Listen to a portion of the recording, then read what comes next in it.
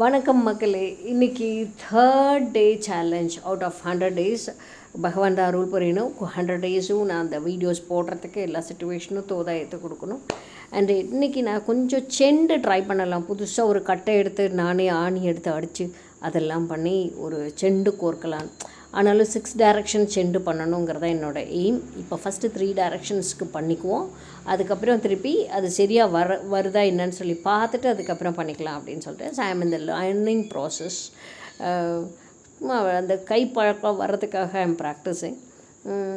எத்தனைக்கும் நம்ம ஆள் போட்டு பண்ணுறோம் வைக்கிறோம் அப்படின்னாலுமே நம்ம பண்ணுற ஒரு விஷயமும் நமக்கும் தெரியணும். அதில் என்னென்ன ஃபால்ட்ஸ் இருக்குது அப்படிங்கிறது நமக்கும் தெரியணும். ஸோ நம்ம அப்போ தான் அடுத்தவங்களுக்கு சொல்லி கொடுக்கும்போது சௌரியமாக இருக்கும். நம்மளே எங்கேயோ பார்த்து கற்றுண்டது தான். ஸோ அது நோ ஹவ் தெரியணுங்கிறதுக்காக நான் ப்ராக்டிஸ் பண்ணிகிட்ருக்கேன்.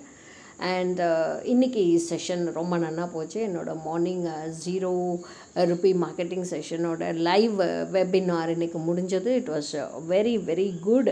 நிறைய விஷயங்கள் சொல்லி தந்தாங்க. நாளையிலேருந்து உங்களுக்கு கூட நான் குட்டி குட்டி குட்டி குட்டி டிப்ஸோடு நான் ஷேர் பண்ணுறேன். இன்றைக்கி கொடுக்குற டிப்ஸ் என்ன அப்படின்னா, நைட்டு படுக்கும்போதே ஒரு தேங்க்ஸ் சொல்லிவிட்டு படுக்கணும். அது மறந்துட்டேன். குழந்தையா இருக்கும்போது அதெல்லாம் சொல்லிகிட்டு இருந்தேன். இப்போ நான் சொல்கிறது இல்லை. ஸோ நைட்டு ஒரு தேங்க்ஸ் சொல்லிவிட்டு, கடவுளுக்கு தேங்க்ஸ் சொல்லிவிட்டு படுத்துட்டு காத்தால் எழுந்து குட்டி குட்டி promises. I'll drink more water, I'll do yoga, I'll finish off all my work before 10 o'clock. அதுக்கப்புறம் ரீடிங் ஒரு 1 hour இருக்கணும். கண்டிப்பாக அது என்ன டைம் தெரியல. 3 hours நான் நினச்சி வச்சுருக்கேன். பட் 1 hour பண்ணுறது தான் இப்போது கொஞ்சம் கஷ்டம். பிகினிங்லேயே நான் எல்லா வேலையும் நானே பார்க்க வேண்டியதாக இருக்குது. அதுக்கப்புறம் கொஞ்சம் ஃப்ரெஷ் கால்ஸ் பண்ணணும், ஃபாலோஅப் கால்ஸ் பண்ணணும், கொஞ்சம் பட் மேக்கிங் பண்ணணும். மத்தியானம் மீட்டிங் அரேஞ்ச் பண்ணியிருக்கேன். மக்களோட மீட்டிங்க்கு கொஞ்சம் ப்ரிப்பேர் பண்ணணும். அவங்கக்கிட்ட கொஞ்சம் மோட்டிவேஷனாக பேசணும்.